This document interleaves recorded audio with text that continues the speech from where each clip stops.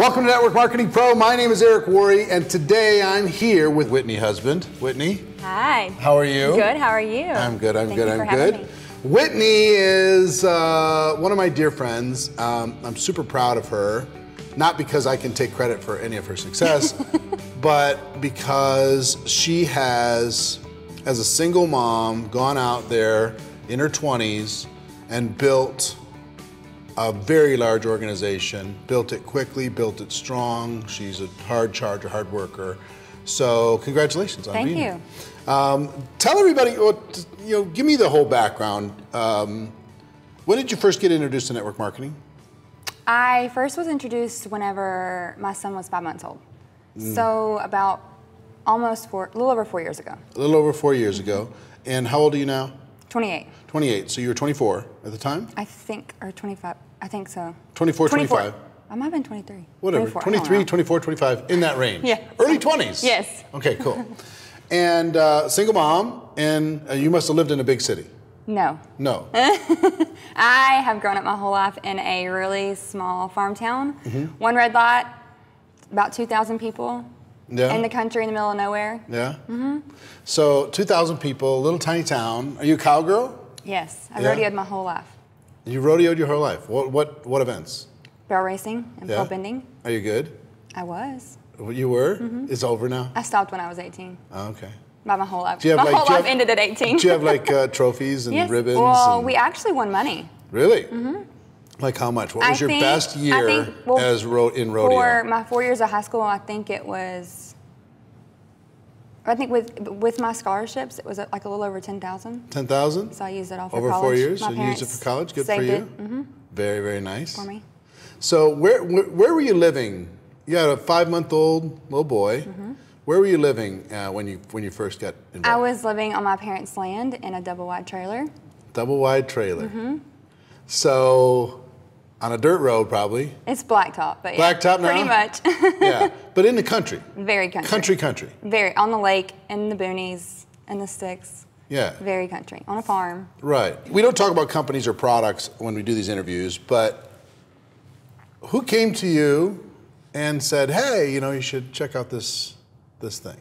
I actually saw someone that I had known previously on Facebook talking about it, and I just thought I had actually been looking to find a job of some sort because I had gone to school, and when I had my son, I had to start staying home. And I just couldn't find anything, so I was toggling with going back to school or getting a teaching certificate so I could go teach at the high school. But I had also looked at online surveys and just all kinds of stuff like that, and so I saw this company, and I was like, well, I can use the products, and maybe I could, sell to a few people. So I did that for about a year and a half. So a year and a half, you're involved, and you just found it online. Nobody contacted you. Nobody put you on their prospect list. No. You just you were searching, and as a single mom, it's a little bit limited search, right? Because what are you going to do with daycare, and what are you going to do? Yes. A lot of single parents get stuck in this trap. Yes. That if they get a job, then all the daycare eats up all the income from the job, and it's practically better off that they just stay at home. Yeah, that's exactly because my parents were such big supporters for us and helping us, basically survive. We had government assistance, but they were taking care of the rest. And so my mom worked full time and had a really good job, and we did the math. And between me driving 30 minutes to town, and I wouldn't have government assistance anymore, and then daycare and clothes for work, it was just to make $10, $12 an hour, it was never going to be worth it. Right. So my mom and dad said, well, you stay home for a while and we'll just figure it out. So I did that company for about a year and a half, and I actually ended up going back to school to work on a second degree. And because that was going to be maybe that'll take you to $14 an hour. Yeah, it was going to be about $4,500 a month. Yeah. Yes. Well, so that would take you, I don't know, $20 an hour or something. So we knew that would be enough to where we would not struggle, anymore. And I had done that for about a year when I switched companies. Right. Right. And so you just decided that instead of just using the product or whatever, you were going to start to build an organization. My first year and a half, all I ever did was sell products. and which I could do. I think the salesman kind of runs in my family. My dad was a very well car salesman. My grandpa was the milkman. Yeah. I mean, it kind of runs in our family, and so I could sell products, and I knew how to give customer service. And when I switched companies, I started to realize, and watching from others, that if I would offer this to other people and I would help other people, that I could actually build something. So you could search for people maybe like yourself, people who are looking to build something from home, people looking for something flexible. They could start with not much money, all the benefits we talk about in network marketing, right? And you gotta go, huh. So you found this thing online, you sold some product, and then you kind of found what you're doing in network marketing and decided that you're gonna grow a team. Not just sell products, you're still gonna sell products. Yes. Because everybody's selling products. Yes. But you're going to grow a network as well, and you're going to start to get some leverage in your life. So talk about when you started doing that. Okay. What was, walk me through your first 90 days of doing that. So I was at that, whenever I joined, I that's when the Facebook really kind of started to really take off on social selling. And so while I was at school, I had my school notebook, and I would make a list of people, and I would go through my Facebook of who lived in different towns, all around. I never dreamed of going outside of my warm network or outside of my state or anything like that. And so I made a list, and I would contact them, and I would just ask them basically to look at what I had, and them offer it to their friends. Just having a party. That's all I was doing. I wasn't trying to recruit them or anything. I was just trying to get my name out there is all I wanted to do. Right, so they would like host a party. A party, and online. you would and online, and you did this on Facebook, yeah? Yes, I never left my house. I did a few vendor shows, but other than that, I was in school, and the only times that I didn't have Aiden was literally while I was at school.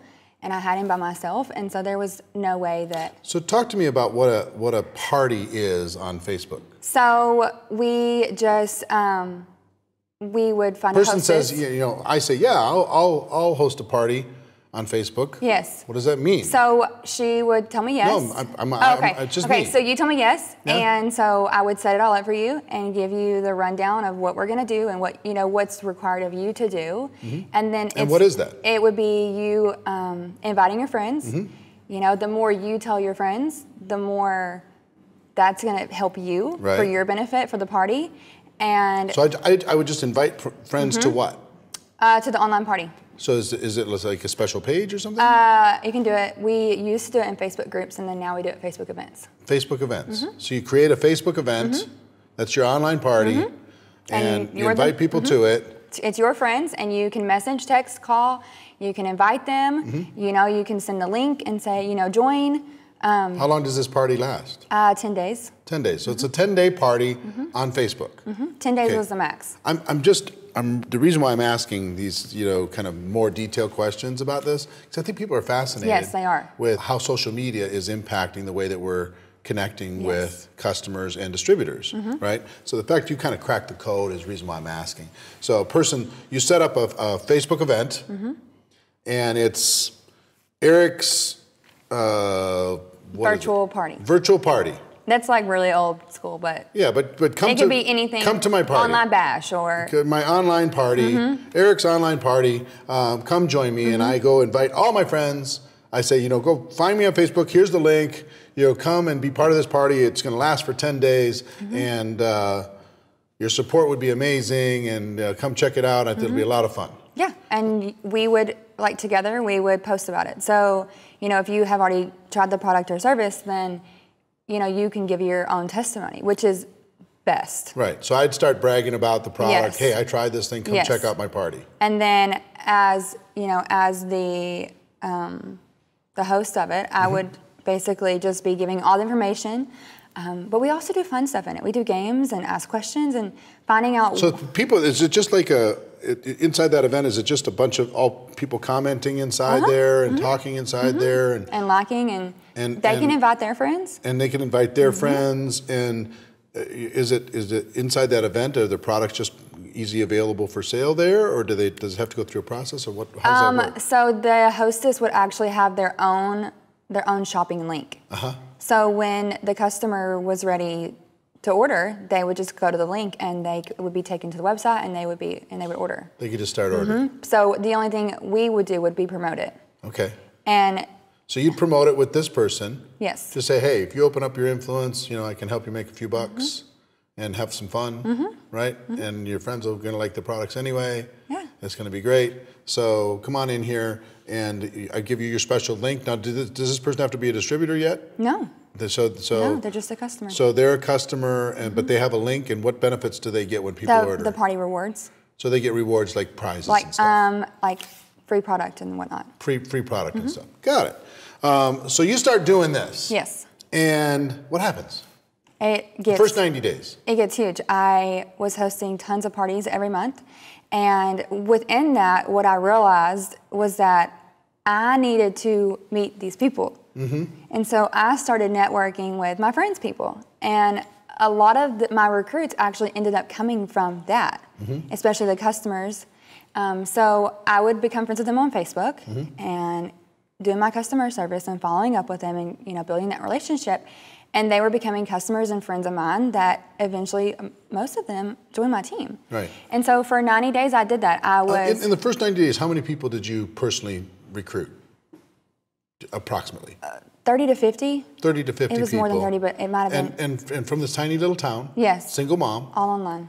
Taking care of your son, all online, right? And through the phone, I'm sure you're talking to people from time to time too, right? A little bit, but mainly Facebook. Going from $0, hoping to get a $10 to $12 job, hoping to have daycare, going to school to get this second degree. How interesting was school at this point? That month was when I hit the top rank. It was when I told my parents, I was like, I'm sorry, I'm not a quitter, but I'm not going back to school in January. Right. Yeah, and I was actually really close to being done again. And I couldn't put it together. There were already trips that I wanted to go on. I was seeing the benefits. I was being able to be with my son a lot more. And I was like, no, we're not going back to school. This is costing us too much money. So you're like 25 at this point, something like that. Okay. I think I was 25 because at the time I was the youngest to hit that rank. Yeah. So you grow this thing, you're doing this thing, and it's like, what if it's working? Let's keep doing it. So how many parties are you hosting on a monthly basis? Anywhere from 5 to 15. 5 to 15. And then you have people on your team, you're teaching them to do the same thing? Yes, always duplication. How many people on your team after 90, 120 days that were working with you, running with you? 400. 400. And since we were so new, we were pretty solid. Yeah. Okay. Since it was such a new team, we were pretty solid. Right. I don't know that there's really ever been. My dad told me. That was one of the reasons he supported it, was because he had someone years and years ago come into town and offer him opportunity, one of the biggest companies ever. Yep. And he told them no, and that guy did go on to be a millionaire. But other than that, I don't know that guy ever even stayed in the town. But there hasn't ever really been anybody that has done it like this. Some people say, well, I don't have a support system. I live in a small town and I have no support system, so I can't build. Exactly. And I had that, everyone thought I was crazy, and even my parents were like, no, what are you doing? You have to stay in school. And, I didn't care. Right. What did I have to lose? Right. I mean, I was in my 20s, and I saw the benefits. I could see the bigger picture, and that's all that really mattered to me. You want to hear a scary thought? Sure. What if somebody offered you the president of the bank before you were introduced to this? You'd be the president of the bank in your local town that pay you $100,000 a year. I probably wouldn't have taken it. You wouldn't have? I don't know. When you're a single mom with a 5-month-old, and your options were $12 an hour, and you were living in a double wide, I probably would have really freaked out because I didn't grow my confidence until this. I understand, but let's say no, for sure you can have it. Yeah. Oh. It would have just been a disaster. Right. Because you might be, being a big shot, making your $100,000 and stuck. Yeah, that's true. Just totally stuck. Because after this, what happens? Second year, talk about what happens. It doubled. It doubled. So this year you finally bought a house. I did.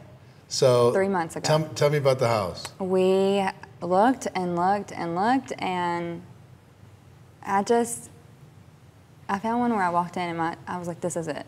It was location, it's 50 acres, I have my farm, and it was— You got 50 acres, you got a farm. How big is the house? How many square feet? 6,500 square feet. 6,500 square feet in Lufkin, Texas. And it's beautiful. And it's beautiful. So what do people in the town say now about the girl on the hill with the little boy? I heard that whenever I was actually buying it, they were like, oh yeah, that rich blonde girl. You're the rich blonde girl now? I was like, if that's what y'all want to call me. Are the cowboys coming around and saying, hey, looking for a date on Saturday night? I think people are more intimidated. Intimidated, sure. Yeah, but that's okay. It is. Yeah, they'll learn to live with it, or not. Or not, pretty much. Yeah. So 50 acres, you get the dream. 50 acres, you got your farm, you got this big, beautiful house. You probably can't even use the whole thing because, the two of you in this sprawling mansion in Lufkin. We are basically living in the downstairs. You're living in the downstairs, you don't even need the upstairs yet. I'm turning a huge quarter upstairs into my office. Okay. 2 big bedrooms into my office together. Yeah, and this is still all built from your phone? Everything. So, first of all, I'll just tell you, congratulations. Thank you. On what you've done. For those watching this is not normal. It doesn't happen every day. You shouldn't expect this to happen unless you expect this to happen. You know what I mean? What we like to say inside of this profession is not everyone's going to go to the top. Not everybody's going to be $1 million earner, but anyone can. Anyone can. And your example highlights the fact that you've eliminated a lot of excuses for people. I'm a single mom. How do you expect me to do it? I live in a small town. How do you expect me to do it? I don't have this extra degree. How do you expect me to do it? How do I deal with daycare? How do you expect me to do it? All of these excuses that are just that. What caused you to keep driving when other people would have stopped? Number one was for my son, of course. I will never forget the situation that we were in, even though I wasn't even raised like that. But that's what I had gotten us into. What was it? Tell me about it. Just poverty. I mean, we didn't live on the streets, but I mean, we would have if there wouldn't have been my parents supporting. And so to have absolutely no money, and I couldn't get him anything. And at that age, he would have known, but at the age he is now, I would hate to be able to tell him, no, you can't ever have those things. And so that was number one, was I didn't ever want to go back to where we were.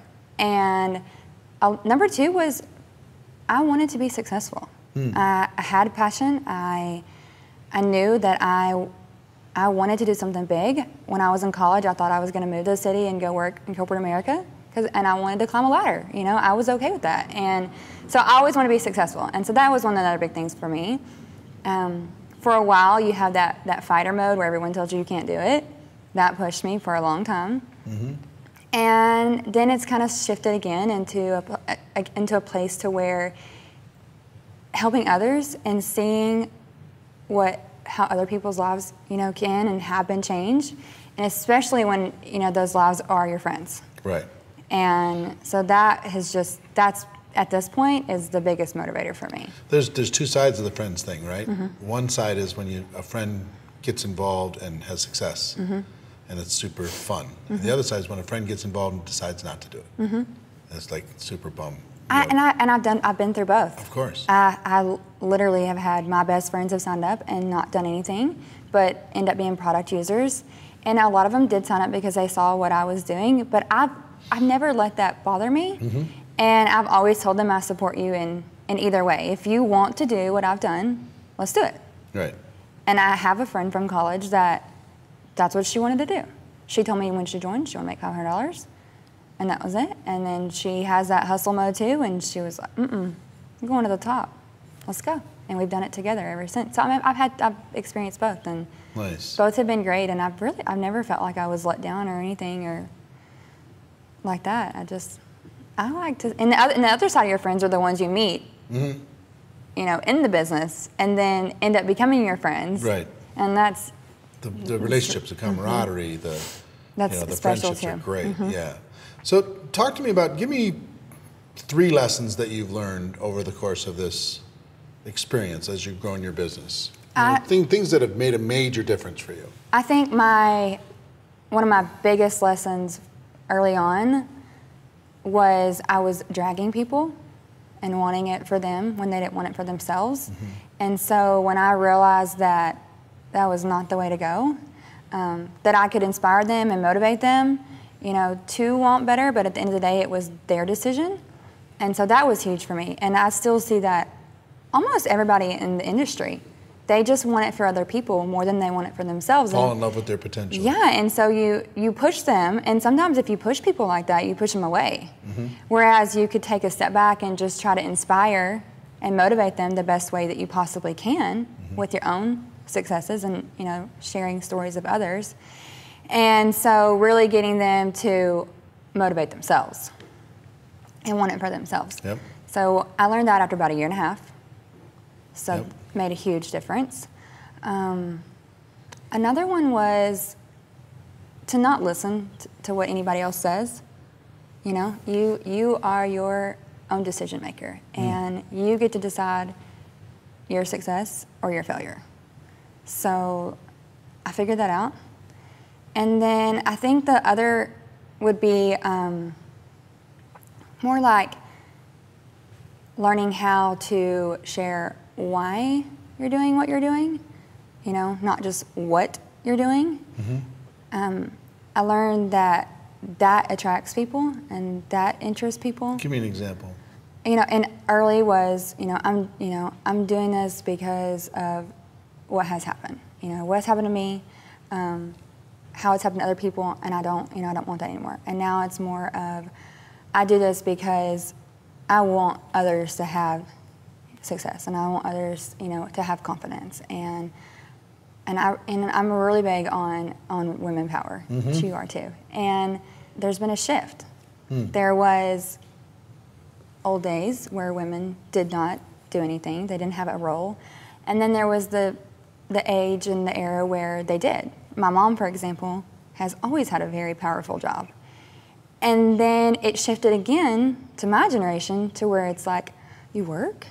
Shouldn't you be taking care of the kids? And so now we can have both. We can be successful, we can have powerful jobs or whatever it is, and we can have a family and still balance all of that together. So what I'd like you to do, just for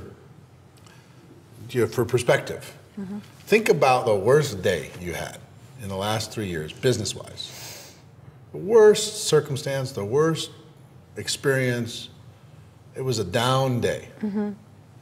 And, describe that to me, number one, and then what did you do about it? I think it was, I had someone in my business that was family, and her circumstances were very similar to mine. And she was actually, had a very large team, and it's not something that she would have had normally. And we had really worked really hard for her to have that, and she gave it up and walked away and went somewhere else.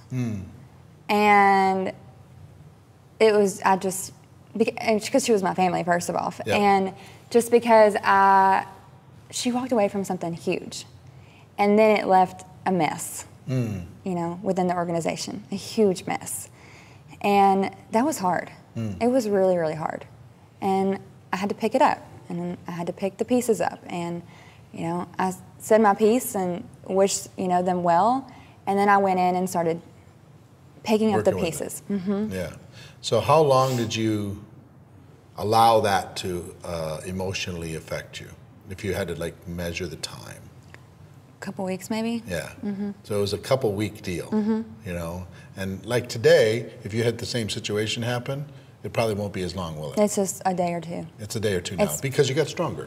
So it served you in the long run, and if it happens again, and it will, 3 years from now, it might be a couple hours, right? And I think I've seen from the experience of what she walked away from, it's $1 million leg, and it's an international leg, a huge international leg. Oh, so sad. And so I've seen that everything works out, and to go in and do the right thing and pick up the pieces and work with the ones that are there. And now it's a much quicker process to get over. Right. What's next for you? I don't know yet. Sometimes I just sit there and think, I can't believe I have achieved this in such a short time. Yeah. But what I feel in me is that there's so much more I can do. There's so much more change that I can make. A lot of that impacting people's lives and women's lives and getting them to believe in themselves that they can be powerful. The more of that, the better off. Yeah. So it's starting to shift, not as much about the money now as about the impact. You know, the contribution you're making to other people's lives. It's addicting, isn't it? Yes. When you feel like you're starting to help people. Yes. Because the cool thing is you can pretty much be done working for money by the time you're 30. And then spend the rest of the time working for legacy, for purpose, for growth, for contribution, you know, to be a difference maker in the world, even if it's just one person or whatever it happens to be. Right. In your case, it's a lot of people. Right. So that's really cool. Here's what I'd like you to do. I'd like you to look into that camera right there. And you know this audience. This is, you know, the Network Marketing Pro audience. They want success. They want what you have. They want to get past their limiting beliefs. They want to break through their fears. They want to build a big business. And sometimes they doubt themselves. Sometimes they're not sure. What I'd like you to do is just look at them and you have a conversation with them one-on-one and offer them some advice, whatever that advice would be, from your heart to theirs. Hi. First of all, it is to believe in yourself. And sometimes that takes time. Whatever you have to do, write it down, read it to yourself every single day. But to believe that you can have the change, the impact, whatever it is that you are desiring, it's not what anybody else says. You have the control over that. Another part for me is just helping other people. The more people that you can reach out to and help and build them up and teach them the things that you know, and you also being open-minded and receiving and learning from them, your business, your team, it will grow tremendously, more than you can ever imagine. And always keeping that first, not trying to do this for your own, your own personal gain. But when you put that into other people's lives and you are going to help them change theirs, it's inevitable that yours will completely change for the better. That it? Awesome. Well, thank you for your contribution. Congratulations on your success. And I know this is just the beginning, so I'm looking forward to updates. Me too. As this continues to grow, it continues to expand. You continue to grow and expand. You continue to help other people. Congratulations on that. And ladies and gentlemen, I hope you got some good lessons from this, some good ideas, some good insights, maybe a little bit more conviction as to what your limiting beliefs might be, that those are an illusion, that no matter your circumstance, you can break through and you can utilize the profession of network marketing to be able to build a life of your dreams, okay? So, from Withney and myself, our wish for you is that you decide to become a network marketing professional, that you decide to go pro, because it is a stone cold fact that we do have a better way. Yes, we do. Now let's go tell the world. Everybody have an amazing day, have an amazing week, and we'll see you next time. Take care.